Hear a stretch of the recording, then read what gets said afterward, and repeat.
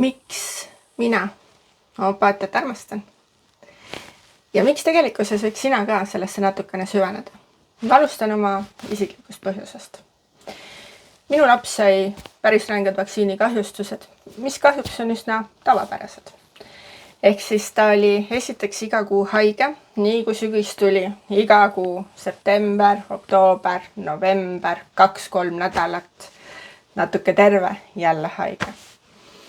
Aga kõige suurem probleem oli tegelikkuses see, et ta sai neuroloogilised kahjustused, ehk siis ma sünnitasin hästi toreda, hästi rahuliku, mõnusa beebi, aga kuna vaktsiinid tekitasid põletikku, siis tema käitumine oli kogu aeg plahvatuslik, ta ei saanud magada, tal oli valus, ta karjus. See oli üks kohutavamaid aegu minu elus, ma olin tohutu depressioonis, sellepärast et sellise käitumishäiretega lapsega kooselu on väga siuke, et ei jaksa, tegelikult ei jaksa. Ma saan aru, et Eesti naine on õpetatud, et kõike pead ära taluma, kõike pead jaksama, aga fakt on see, et ei jaksa. Ka see pidevad haigeks olemised asjad olid teine siuke, sellepärast, et ei jaksa. Elu ei peaks selline olema. Õnneks mina sain aru, et elu ei pea selline olema.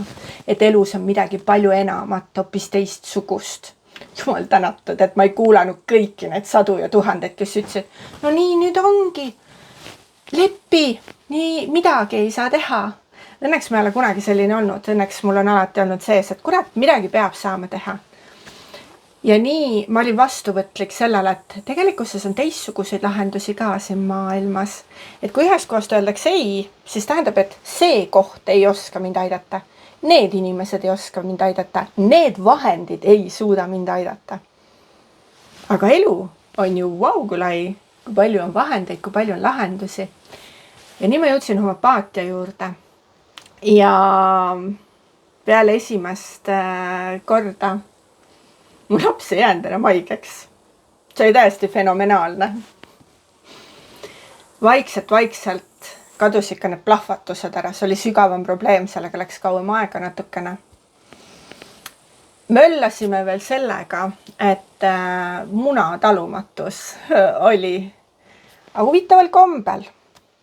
Laps ökomunadest tehtud asju talus nii, et ta võis restide viisi süüa.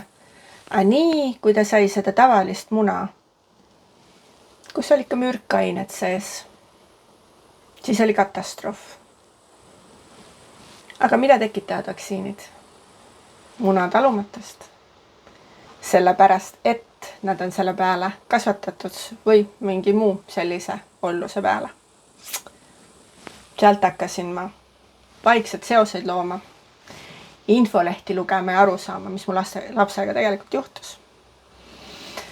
See on minu isiklik lugu. Ja kui üks asi on sind välja toonud nii raskest asjast, siis sa armastad seda. Kas ma selle lausega ütlen, et ma ei armasta moodsa meditsiini? Muidugi armastan. Ka tema on meile loodud selleks, et seda kasutada. Lihtsalt seal on väga palju asju, millega meid manipuleeritakse, mis ei ole täitsa ausad. Neist tuleb lihtsalt läbi näha. Võtta õigel ajal õiges kohas, vastuga seda. Minu jaoks on kõik maailmas tegelikkuses võrdselt vajalik. Nüüd miks miljonid ja miljonid inimesed maailmas homopaatiat igapäevases elus armastavad?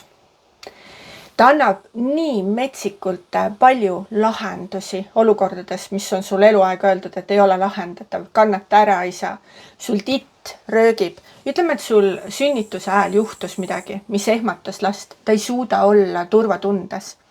Ja ükstapuha palju sa seda talle räägid, siis kas beebi kuulab, et kõik on rahulik ja kõik on hästi? Ei, ta on närritanud, ta ei saa magada. Sõnadest ei aita. On vaja lahendusi ja homopaatia on ohutu lahendus. Ta ei lähe kunagi elu vastu, ta ei lähe kunagi sind mürgitama. Ta ei lähe kunagi midagi ära lõhkuma, mida ta ära lõhkuda ei tohi. Ta parandab ainult seda kohta, mis on katki. Punkt. Ja see on ju täiesti fenomenaalne. Ja kui sa oled ühe korra näinud seda kuidas su täiesti hädas laps, kellel on käitumishäired või unehäired või mis iganes niisugune keeruline olukord, kus sõnadest heast toidust ei aita, mis peaks olema meie baas tervise hoidmisel. Ja kui sa näed, kui kiiresti homöopaatia toimib, no siis ega su tagasiteed ei ole. Ja isegi nendes olukordades, kus on otsid seda õiget ainet, aga ikka hästi ei leia.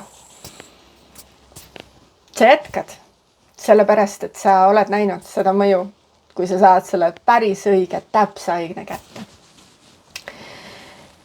Kas või lasteaia lapsed, eks ju? Ideaalis on vähemalt 5-aastaseni lapsed kodus. Ideaalis. Kas me elame ideaalses maailmas? Jah, mina suutsin luua.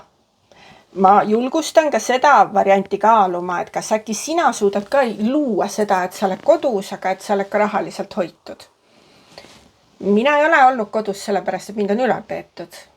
Mina olen ise loonud. Et tegelikkuses tulevad lahendused, aga kõik ei pea olema ühtemoodi, eks ju. Ja mõnedel läheb veel väga pikalt aega ennem, kui nad midagi sellist suudavad kokku panna ja laps peab minema lasteaeda, võib-olla isegi üsna varakult. Kas siis on okei jätta oma nuttev laps sinna? Või äkki on okei hoopis võtta oma homöopaatia kodukasutaja kohver ja aidata seda last? Tegelikult aidata ennast ka, sellepärast, et ega emadele, isadele ei ole kerge panna oma last kuhugi kellegi teise hoole alla. No tegelikult ei peakski olema väga kerge, sest et see ei ole väga loomulik. Aga kui need inimesed on tõsiselt head ja me oleme praegu loonud sellise maailma endale, no nii on. Aga kas see kõik peab tulema läbi raskuste või sul on võimalik kasutada abivahendeid? Homöopaatiasse on sisse kirjutatud ohutus. Nagu ma ütlesin, ta ei lähe mitte kunagi puutuma seda, mida ta puutuma ei peaks. Ei ole see, et kui sa näed mingit kroonilist haigust sellega lahendama, siis sa pead leppima sellega, et sa eluaeg võtad seda esiteks ja teiseks, et sul midagi muud kuskilt katki läheb.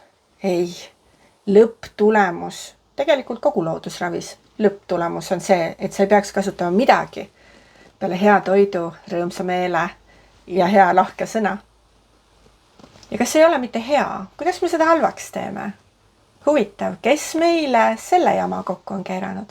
Kust me selle jama võtame? Laienda oma silmaringi. Laienda oma teadlikkust. Ja sa lood palju kergemini ja palju paremat elu. Nii lihtne see ongi. Mida rohkem me paneme ennast piiridesse, seda keerulisem meil siin on. Ja me ei ole tulnud siia kannatama ja kuidagi õhtusse veeretama seda päeva. Me oleme tulnud siia selleks, et tõesti särada. Selleks, et nautida, mida see planeet meile pakub. Aga selleks peame me oskama elu vastu võtta.